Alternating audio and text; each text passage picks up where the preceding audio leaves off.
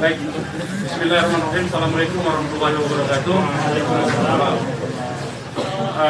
Pertama-tama kami DPP FPI mengucapkan innalillahi wa inna ilaihi rajiun atas wafatnya, atas syahidnya 6 orang laskar kami yang sedang dalam tugas pengawalan kepada pimpinan kami, yaitu Imam Besar Habib Rizik Syihab.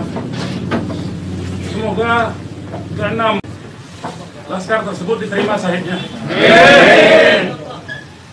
Yang kedua, kami sampaikan alhamdulillah Imam Besar kami bersama keluarga dan cucunya alhamdulillah dalam keadaan sehat. Amin. Ya. Dan saat ini sedang dalam pemulihan sebetulnya. Jadi saya di samping kanan saya perkenalkan dulu adalah Kiai Haji Sobri Lubis, adalah Ketua Umum DPP FPI. Di belakangnya adalah Panglima Laskar Pembela Islam Ustadz Maman Suryadi. Di belakang saya Wakil Panglima Laskar Pembela Islam Ustadz Jordan, dan ada pengurus FPI di belakang kita. Jadi pertama-tama saya mau sampaikan bahwa kami sebelum ada pengumuman dari pihak Polda, yang tadi itu pun kita dapatnya dari televisi, sebelum kita mendengarkan pernyataan dari pihak Polda, itu kita masih menganggap ke-6-nya dalam status hilang. Makanya pernyataan kita yang pertama keluar itu adalah pernyataan statusnya masih dalam keadaan hilang, kita sebutkan. Karena itu pernyataan dibuat pagi hari, ya, sebelum kita mendengar kabar bahwa ke-6-nya sudah syahid. Nah, kemudian saya mau jelaskan kronologi backgroundnya dulu, bahwa beberapa hari yang lalu, ya, memang ada beberapa pengintai di Pondok Pesantren Habib Rizik, yaitu hari Jumat, ya. Hari Jumat itu ada beberapa pengintai yang ditugaskan oleh institusi resmi negara. Ya, saya tidak mau sebut. Oleh institusi resmi negara yang ditugaskan mengintai 24 jam. Mereka menggunakan drone dan peralatan canggih lainnya. Dan kemudian ada komunikasi dari laskar yang menjaga Pondok Pesantren Habib Rizik di Megamendung itu dengan para pengintai. Karena kebetulan mereka terjebak dengan cara pengintaian mereka sendiri yang tidak profesional. Ada komunikasi antara laskar penjaga markas Syariah Megamendung dengan para pengintai. Ya. Ada 3 orang yang berhasil dikomunikasikan dan kita mendapatkan semua data-datanya. Ya, data-datanya kita dapatkan semua, identitasnya kita dapatkan semua, dan ternyata pengintaian itu bukan cuma terjadi di Megamendung, di lokasi Pondok Pesantren Habib Rizik, tetapi juga di Petamburan sini. Posisinya di sebelah sana, ya, posisi para pengintai. Ada foto-fotonya kita dapatkan. Kemudian juga di Sentul yang sempat dilakukan aksi demonstrasi. Artinya yang saya mau sampaikan di sini, Habib Rizik sejak kepulangannya memang diintai 24 jam. Ada 30 orang. Masih di Sentul, 10 orang di Megamendung. Jadi kita sudah tahu sebetulnya. Ya, kita sudah tahu. Nah, setelah proses hari Jumat itu, beliau bersama keluarga meninggalkan tempat istirahat beliau, tempat pemulihan beliau yang tadinya di Megamendung, beliau pindah ke Sentul, ya, pindah ke Sentul. Kemudian Ahad, ya, malam, yaitu hari Minggu pukul 22.30, artinya lebih sekitar setengah 11-an, ya, setengah 11 sampai jam 11 malam. Beliau meninggalkan lokasi dari Sentul untuk menuju ke tempat pengajian keluarga. Pengajian keluarga inti. Saya mau sebutkan, pengajian subuh, ya. Pengajian subuh keluarga inti. Jadi tidak melibatkan pihak mana-mana pun juga. Dengan 4 mobil keluarga. Di dalam mobil ada istri beliau, ada anak dan ada menantu. Artinya ada perempuan di dalam mobil itu. Dan ada cucu beliau. 2 orang masih bayi, 3 orang balita. Ya.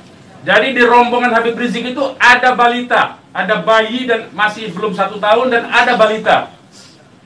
Itu yang saya mau tegaskan. Jadi ini adalah perjalanan keluarga biasa.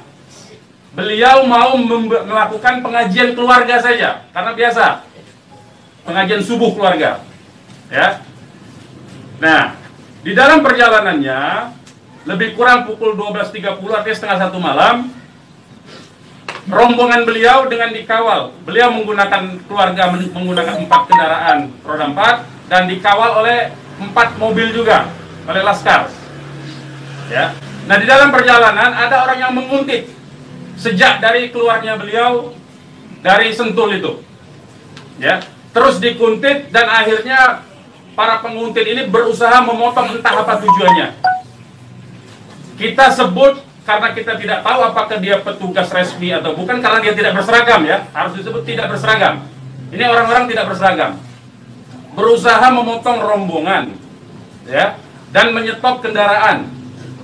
Nah, para pengawal tentu saja bereaksi untuk melindungi, ya, untuk melindungi Imam Besar Habib Rizik Syihab. Itu reaksi normal, karena memang mereka bertugas untuk mengawal. Reaksi normal. Yang patut diberitahukan kepada teman-teman pers semua bahwa fitnah besar kalau laskar kita disebut membawa senjata api dan tembak-menembak. Fitnah itu. Laskar kami tidak pernah dibekali dengan senjata api. Kami terbiasa tangan kosong. Kami bukan pengecut. Jadi fitnah. Dan ini fitnah luar biasa, pemutarbalikan fakta dengan menyebutkan bahwa laskar yang lebih dahulu menyerang dan melakukan penembakan. Kalau betul itu coba dicek senjata apinya, nomor register senjata apinya, pelurunya itu semua tercatat. Cek saja, silakan dicek. Pasti bukan punya kami, karena kami tidak punya akses terhadap senjata api dan tidak mungkin membeli dari pasar gelap. Ya, jadi bohong sama sekali. Apalagi di FPI, di kartu anggota FPI dan kartu anggota LPI disebutkan bahwa setiap anggota FPI dilarang membawa senjata tajam, senjata api, bahkan dan bahan peledak. Itu dilarang di kartu anggota kita punya. Ya. Nah, jadi upaya-upaya memfitnah, memutarbalikkan fakta hentikanlah. Ya. Hentikanlah. Nah, kemudian kejadiannya, ya, kenapa kami menyatakan laskar kami dalam keadaan hilang? Karena memang kami belum tahu keberadaannya di mana. Itu membuktikan bahwa mereka dibunuh dan dibantai, saudara-saudara. Ya. Kalau sejak awal tembak menembak itu berarti dia tewasnya di tempat dong.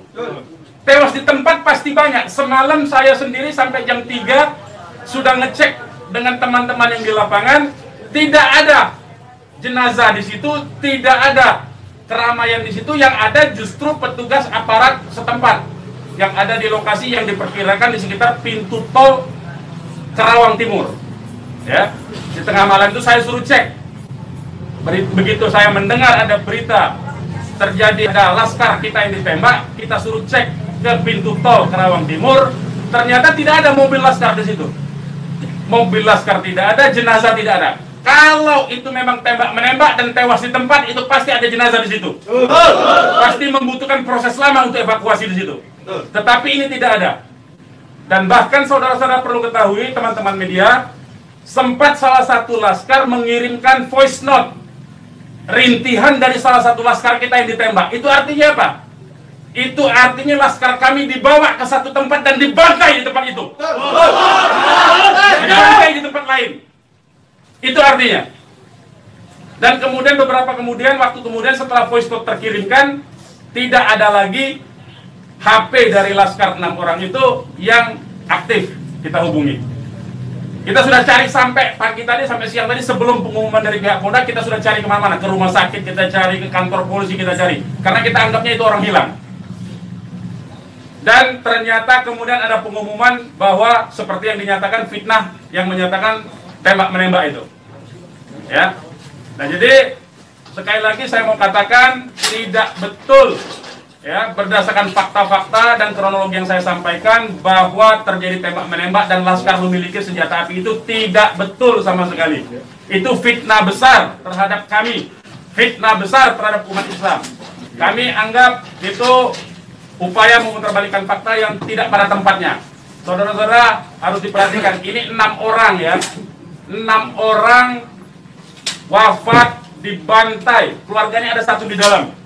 Ya, ibunya ada 1 di dalam, ada 1 orang tuanya laki-laki sedang sholat di masjid. Ya, ini anak-anak kita tahu persis, anak-anak ini hanya bentuk kecintaannya mengawal pimpinan kami, imam besar, hanya bentuk pengabdian, tidak memiliki agenda apapun, tidak memiliki senjata api, tidak memiliki bahan peledak dan segala macam bentuk senjata lainnya. Dari kami, saya kira itu. Ketua Umum silakan kalau ada yang mau menyampaikan. Silakan. Bang, ya. Untuk pengecekan CCTV di lokasi sudah dipinta? Belum kita lakukan karena kita ini masih sibuk sampai dengan siang tadi sebelum ada pengumuman dari pihak Polda, kita masih sibuk memastikan keberadaan 6 orang tersebut. Ya, jadi kita belum mengecek kemanapun, kita masih menelusuri kemana-mana tempat dari kemungkinan itu dibawa, yaitu apakah rumah sakit karena kita mendengar ada voice note yang tertembak kan, rintihan dari salah satu korban yang ditembak, masih sempat didengarkan oleh Laskar yang tetap mengawal, ya. Dan kita belum mengetahui itu sampai hari ini, bahkan sampai detik ini kita belum mendapatkan akses terhadap jenazah. Itu yang patut dicatat. Kita tahu bahwa mereka 6 orang Laskar ini yang syahid ini adalah wafat, baru tahu dari pengumuman ya, dari pihak kepolisian. Jadi itu yang perlu saya sampaikan. Tapi posisi 6 ini di mana sekarang Bang, udah diketahui? Sampai hari ini saya belum tahu. Kita belum mendapatkan informasi. Ini menunjukkan bahwa bukti konkret bahwa jenazah ini dalam kontrol dan kendali penuh, artinya kan. Kalau memang itu tembak menembak biasa, tentu itu ada di masyarakat lain. Tentu masyarakat sudah sibuk, sudah ramai di situ. Ini sampai sekarang ini kami tidak mendapatkan akses di mana keberadaan jenazahnya, ya, kondisi lukanya di mana tembak menembak, berapa lubang pelurunya, kami tidak tahu. Hanya satu-satunya sumber informasi baru bahwa dinyatakan bahwa